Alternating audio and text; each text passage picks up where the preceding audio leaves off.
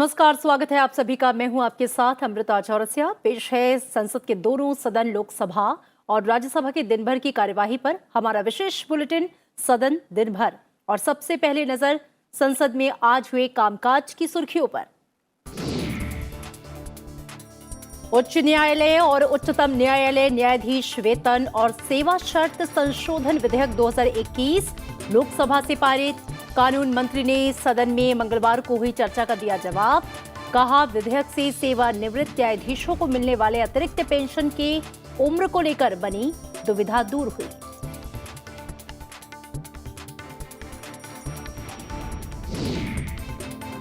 सहायता प्राप्त जननीय प्रौद्योगिकी विनियमन विधेयक 2021 और सरोगेसी विनियमन विधेयक 2021 राज्यसभा से पारित। दोनों विधेयकों से महिलाओं के प्रजनन अधिकारों को मिलेगी सुरक्षा।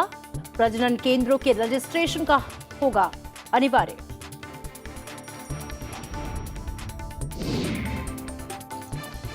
उच्च सदन में गतिरोध के बीच सभापति एम वेंकैया नायडू ने सरकार और विपक्ष को मिल बैठकर 12 सांसदों के निलंबन के मुद्दे को सुलझाने का दिया सुझाव। कहा, फैसला सामूहिक तौर पर लिया गया। लगातार हो रहे व्यवधान ने मुद्दे को और उलझाने का किया काम।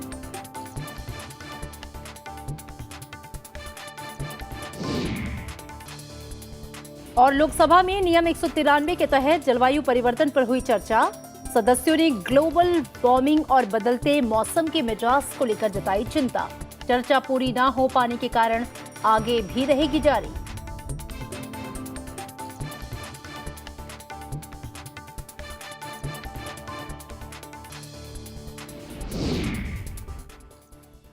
और सदन दिन भर में पहले लोकसभा में हुई आज की कार्यवाही से जुड़ी खबरें।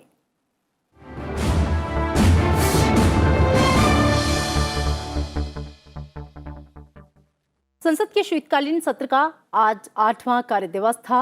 आज के दिन लोकसभा में प्रश्नकाल के दौरान किसान, रेल, 4G मोबाइल सेवा, खाद्य सुरक्षा योजनाएं, बच्चों के प्रति साइबर अपराध, 5G परीक्षण हेतु लाइसेंस का आवंटन, इंटरनेट, गेम्स, कॉटन यार्न की कीमतें और कंपनियों के बंद होने से जुड़े प्रश्न उठाए गए और संबंधित मंत्रियों ने प्रश्नों के जवाब दिए। विधायी कार्यों में लोकसभा में मंगलवार को उच्च न्यायालय और उच्चतम न्यायालय न्यायाधीश वेतन और सेवा शर्त संशोधन विधेयक 2021 पर चर्चा शुरू हुई थी। आज कानून मंत्री किरेन रिजिजू ने इस चर्चा का जवाब दिया और विधेयक पारित किया गया। साथ ही राज्यसभा द्वारा दिए गए संशोधनों पर विचार करने के बाद बांध सुरक्षा विधेयक 2019 भी पारित कर दिया गया। इसके बाद नियम 193 के तहत जलवायु परिवर्तन पर चर्चा हुई। लोकसभा में आज मंगलवार को उच्च न्यायालय और उच्चतम न्यायालय न्यायाधीश वेतन और सेवा शर्त संशोधन विधेयक 2021 पर हुई चर्चा पर कानून मंत्री किरेन रिजिजू ने जवाब दिया। उन्होंने सदन को बताया कि चूंकि मामला न्यायाधीशों से जुड़ा है, इसलिए विधेयक संसद के एक्ट से ही संशोधित करके लाया जा सकता था। कानून मंत्री ने कहा कि दरअसल ये आयु स्लैग और पेंशन की पात्रता को लेकर एक छोटा सा संशोधन है। ऐसा इसलिए करना पड़ रहा है ताकि 79 वर्ष की आयु पार करने या कहें 80वें वर्ष में प्रवेश करने पर पेंशन धारक को 80 साल से ऊपर वाले स्लैब में ना गिना जाए, बल्कि ऐसा 80 वर्ष की आयु पूरी करने पर हो। कानून मंत्री ने एनजेएसी और कॉलेजियम पर उठे सवालों का भी जवाब दिया।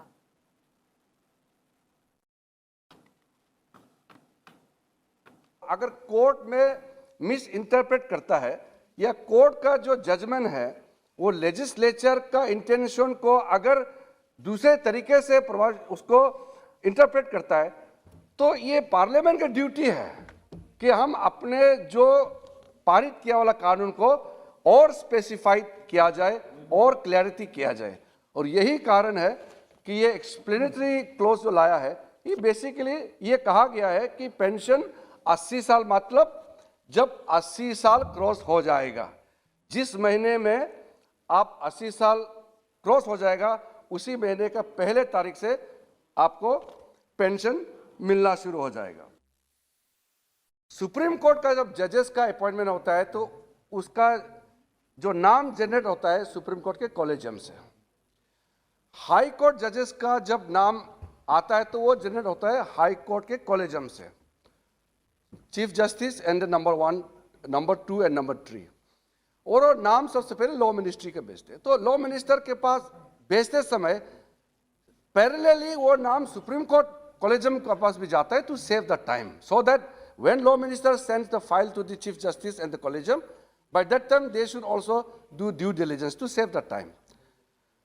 अब किस परिस्थिति में नाम आते हैं और किस तरीके से वहाँ से नाम भेजते हैं, उसके बारे में मुझे बहुत ज़्यादा कहने की आवश्यकता नहीं, क्योंकि सबको मालूम है।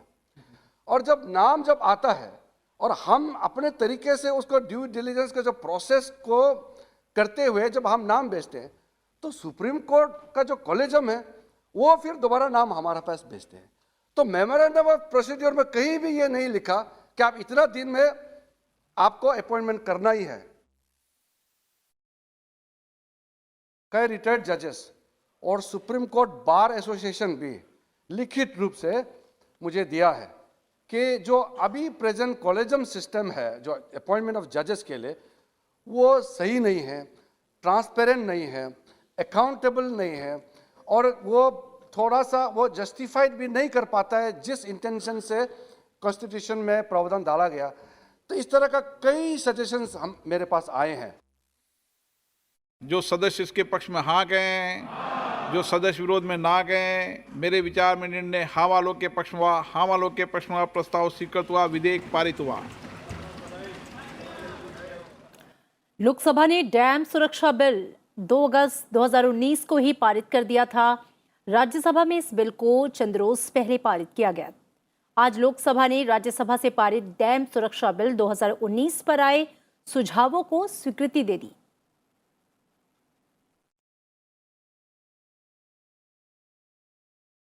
और लोकसभा में आज नियम 193 के अधीन जलवायु परिवर्तन पर अल्पकालिक चर्चा हुई। सदस्यों ने जलवायु के साथ सामंजस्य बढ़ाने की अपील करते हुए अपने अपने भाव व्यक्त किए।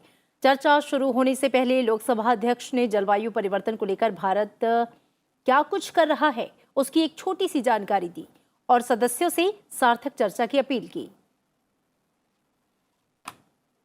जलवायु परिवर्तन मानव सभ्यता के अस्तित्व पर एक बड़ा संकट है, जिसको लेकर पूरा विश्व आज चिंतित है।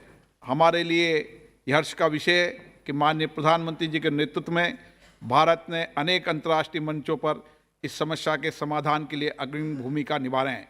ये एक ऐसा व्यापक विषय है जिसमें देश की सभी लोकतांत्रिक संस्थाओं, समस्त जनता तथा जनप्रतिनिधियों की सामूहिक भागीदारी की आवश्यकता है। मेरा आग्रह है हमारे जनप्रतिनिधि इस संदर्भ में जो भी प्रयास उन्होंने किए हैं इस चर्चा में अवश्य साझा करें, ताकि अपने योगदान एवं अनुभव से देश की विभिन्न लोकतांत्रिक संस्थाओं और जनप्रतिनिधियों को प्रेरणा मिल सके। मेरा विश्वास है इस विषय पर आज की चर्चा अत्यंत सार्थक, रचनात्मक और प्रोडक्टिविटी रहेगी। चर्चा की शुरुआत करते हुए डीएमके की सांसद कनिमोझी करुणानिधि ने इस मुद्दे पर आपसी संवाद और जलवायु जागरूकता की बात की। We should consult with experts, scientists, people who've been working in the grassroots level. And I think climate literacy is very important, not just students. I think for politicians, for public representatives, for officers, whoever is involved in policy making and will be policy makers of the future have to have climate literacy and understand that it is very important to protect this world. सत्तापक्ष की ओर से अपनी बात रखते हुए doctor Sanjay Jaiswal ने कहा कि COP26 सम्मेलन के दौरान प्रधानमंत्री नरेंद्र मोदी ने लाइफ यानी कि लाइफस्टाइल फॉर एनवायरनमेंट का मंत्र दिया। सभापति महोदया, स्वस्थ शरीर के लिए जिस प्रकार माननीय मोदी जी ने योग का मंत्र पूरी दुनिया को दिया, हम 21 जून को आज पूरी दुनिया अंतर्राष्ट्रीय योग दिवस के रूप में मनाती है, वैसे ही COP26 में भी माननीय प्रधानमंत्री जी ने लाइफ का मंत्र दिया है, अर्थात लाइफ स्टाइल फॉर एनवायरनमेंट। और इसका ध्यान जब तक प्रत्येक नागरिक नहीं रखेगा, प्रत्येक व्यक्ति नहीं रखेगा, तब तक हम पर्यावरण में वह सब कुछ कर नहीं पाएंगे जो हम करना चाहते हैं। सदन में कांग्रेस के नेता अधीर रंजन चौधरी ने कहा कि प्रकृति किसी को नहीं बख्शती, पर्यावरण से छेड़छाड़ का खामियाजा भुगतना ही पड़ता है। इस मुद्दे पर तमाम दूसरे सांसदों ने भी अपने विचार रखे। Climate change refers to the change of composition of the atmosphere, which is attributable by the direct and indirect intervention of the human beings.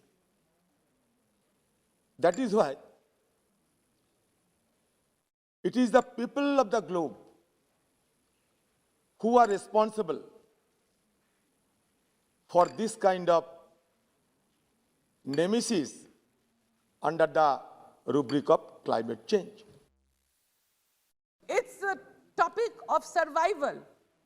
The Sundarbans are submerging. The Sundarbans are named because of the Sundari trees, the mangrove forest. They are partly in the Gangetic West Bengal, the delta of the mouth of the river Ganges, and also partly in the neighboring country of Bangladesh.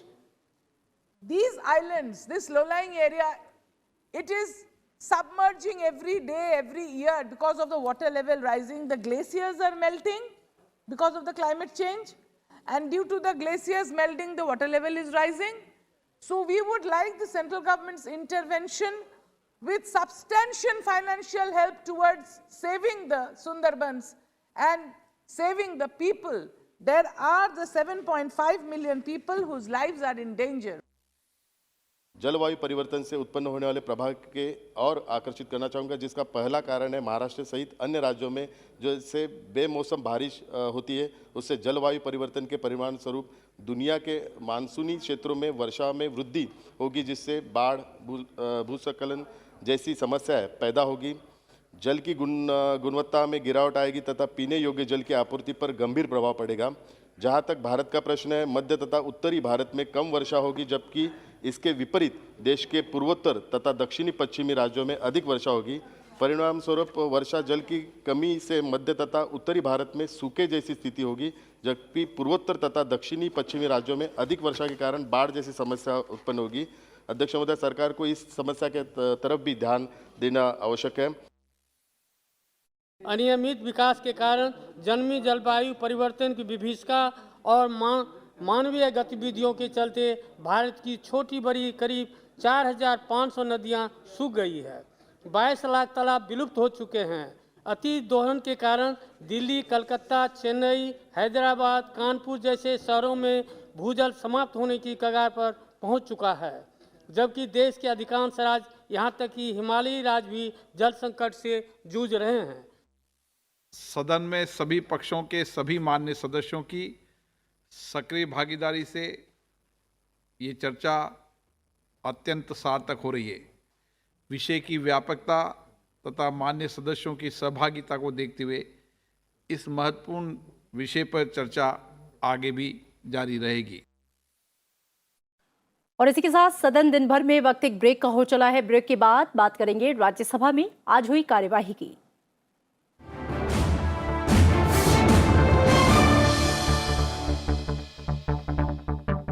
Jaydev जी गीत गोविंदम लिख रहे थे और अंत की तरफ जा रहे थे। राधिका जी का मानभंजन के लिए जब वो नहीं मान रहे थे तो उनका चरण कमल अपनी सिर पे जब लगाए थे तो उनका एक तो भक्ति है भगवान के प्रति, लेकिन एक मन में वो भी है जब मैं कैसे लिखूं इस चीज़ को, जिनके चरण पाने के लिए सब युगों युगों तक तपस्या करते हैं, इतना योनि को क्रॉस करके इस मनुष्य शरीर को धारण करते हैं, तो उनकी राधिका जी का चरण वो कैसे अपने सिर पे लिए। स्मरगरल खंडनं मम शिरसि मंडनं देहि पद पल्लव मुदार। देहि पद पल्लव मुदार।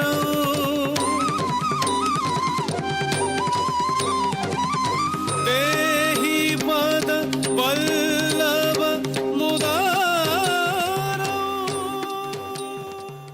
डॉक्टर विवेक देबरॉय के साथ इतिहास में इस बार देखिए जयदेव और गीत गोविंद, गुरुवार रात 9 बजे सिर्फ सनसेट टीवी पर। Prime Minister has laid the list of the new ministers on the table of the House. माननीय सदस्यगण, संसद की कार्यवाही के दिन भर का हाल। Question number 201। मेरा प्रश्न ये है, प्रश्नकाल से लेकर विधेयकों की चर्चा। हम चर्चा के लिए तैयार है। the question is that the bill be passed. पक्ष विपक्ष की हर छोटी बड़ी बात। Law has been passed. एक स्पेशल कमेटी कॉन्स्टिट्यूट करनी चाहिए। मैं आपके नोटिस को लाना चाहता हूँ। प्राथमिक रूप से काफी तैयारियां की थी। दोनों सदनों का लगातार लाइव अब से संसद टीवी पर।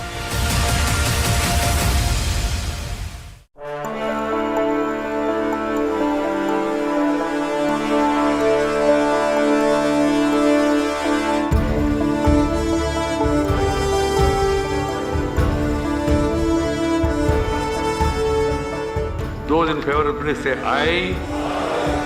जो सदस्य विरोध में ना गए, I think the ayes have it. हवालों के पक्ष में हुआ। Ayes have it.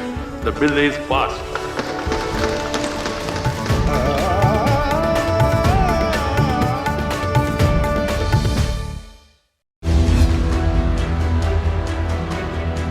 बात जो आप जानना चाहें,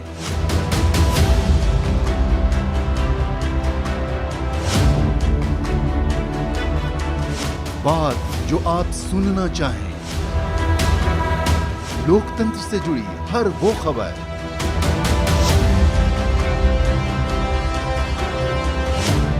जिसका सरोकार होता है आपसे।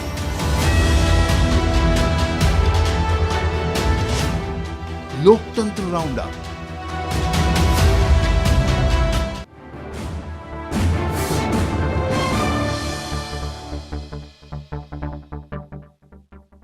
ब्रेक के बाद स्वागत है आपका। और अब बात राज्यसभा में आज हुई कार्यवाही की।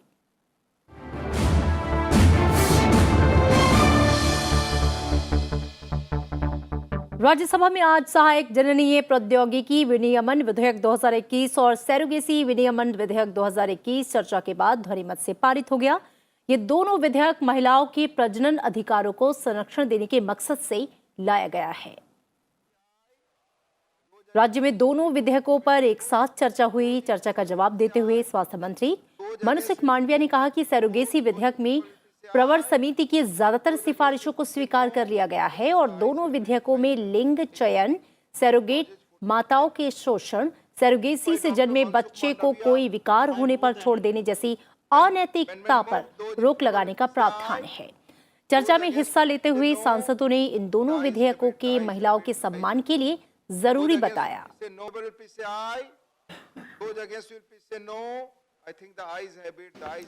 Sir, I have few suggestions to make. Sir, it is appreciable that the government has introduced this bill to look after the interests of women. But I would like to draw the attention of the government to the fact that the Andhra government has passed Disha bills to provide speedy justice to women. These bills are pending the assent of the President of India. I urge the government to take this issue into consideration and expedite the assent in the interest of women. Although the surrogacy bill provides for extensive insurance coverage for the surrogate mother, you are not supposed to. It does not outline the basic criteria. There are so many merits. I can see that because of this bill, it provides that every yardstick clinic and bank must register under the National Registry of Banks and Clinics of India. The National Registry will be established under the bill and will act as central database with the details of all yardstick clinics and banks in the country. The definition of abandoned child, it includes physical, mental defect or infirmity, or being more than one in number, excluding sex of the child among the same. In this aspect, the bill doesn't address the plight of such surrogate child found non-genetically connected with either of the parents post-birth due to mishaps arising out of switching or swapping of donated frozen gametes of couples in clinics or labs or sperm banks, which is statistically possible.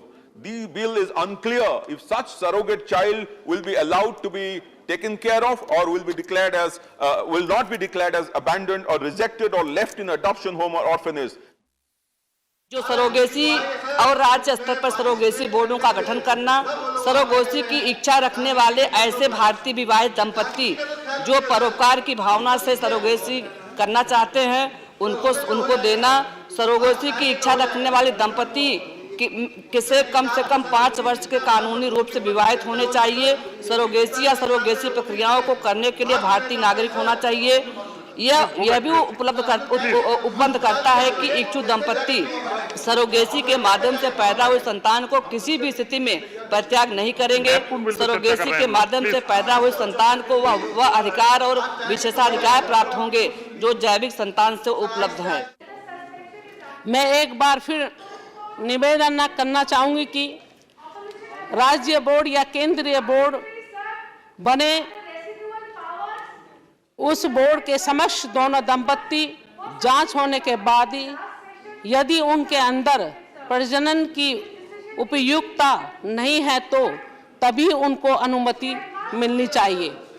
आज इस तरह के छोटे गांव में भी जगह जगह वह क्लिनिक हो गए हैं जहां इस तरह की सुविधा उनको प्राप्त हो, लेकिन उन पर भी किसी तरह की सरकारी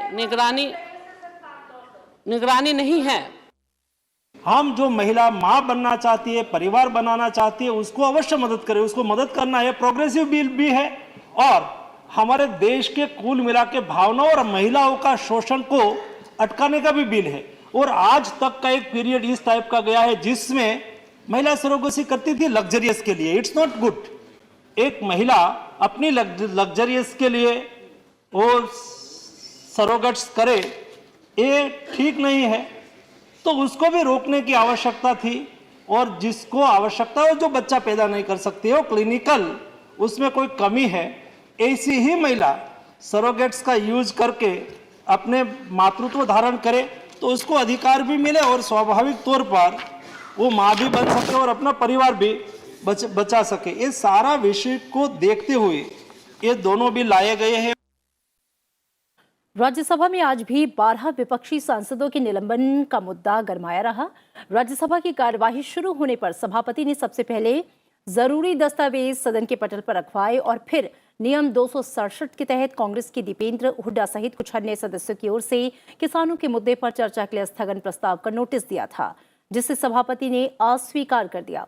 इस पर सदन में कांग्रेस के उपनेता आनंद शर्मा ने कहा कि हुड्डा ने जो नोटिस दिया वो किसानों से संबंधित है और आसन ने ये आश्वासन दिया था कि नियमों के तहत यदि इस मुद्दे को उठाया जाएगा तो चर्चा कराई जाएगी।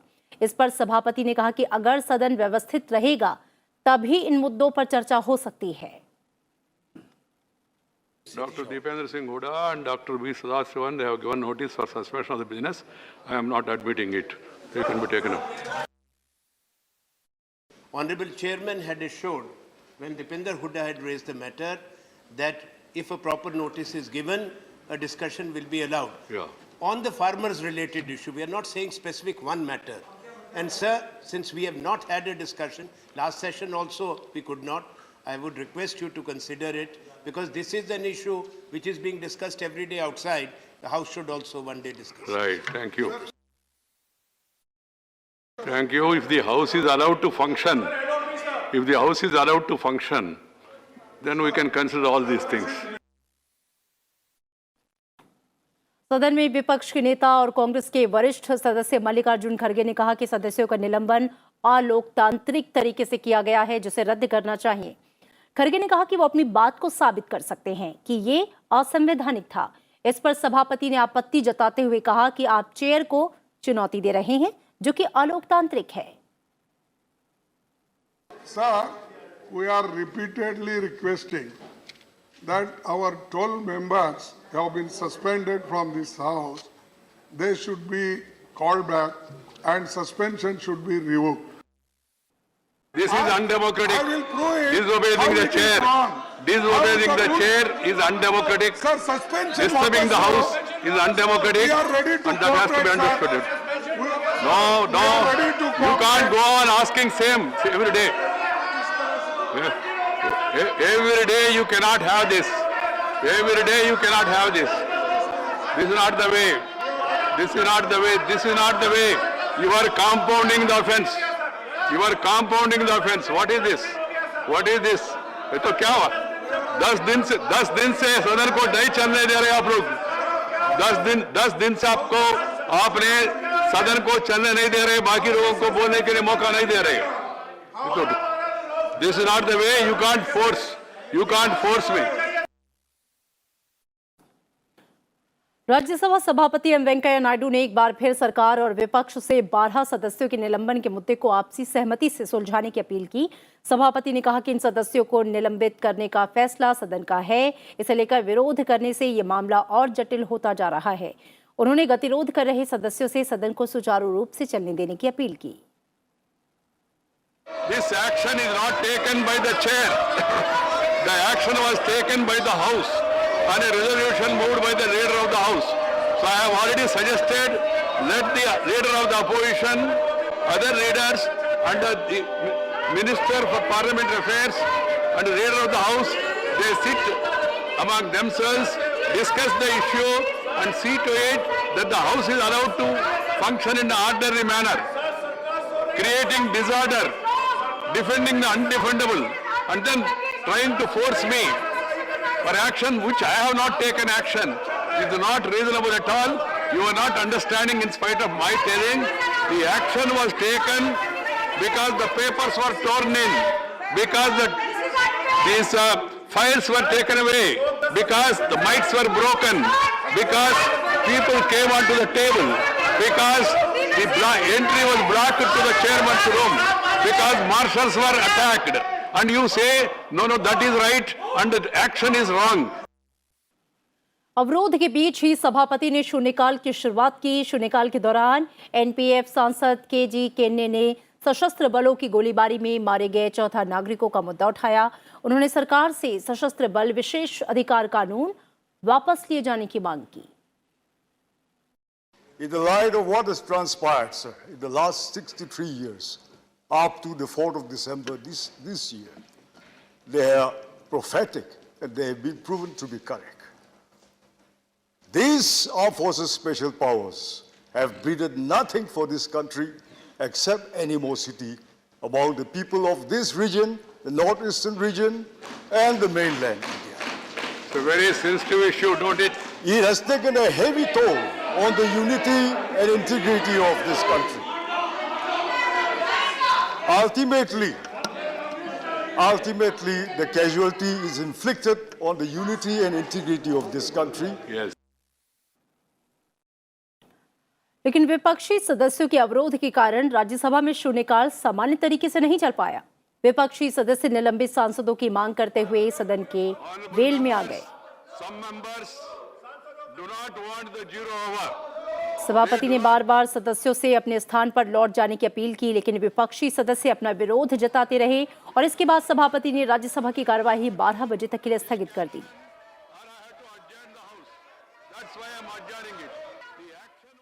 राज्यसभा में कई दिनों के अवरोध के बाद आज प्रश्नकाल सुचारू रूप से चला। प्रश्नकाल के दौरान सहकारिता, शिक्षा, गृह, पंचायती राज, सड़क परिवहन और राजमार्ग, ग्रामीण विकास, कौशल विकास और उद्यमिता, सामाजिक न्याय और अधिकारिता, जनजातीय कार्य और महिला विकास से संबंधित सवाल पूछे गए।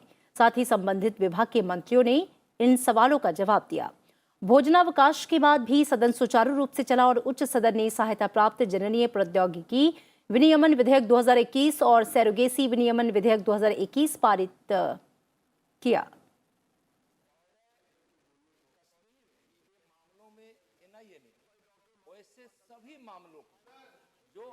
और इसी के साथ सदन दिन भर में आज इतना ही। मुझे दीजिए इजाजत। देखते रहिए संसद टीवी। नमस्कार।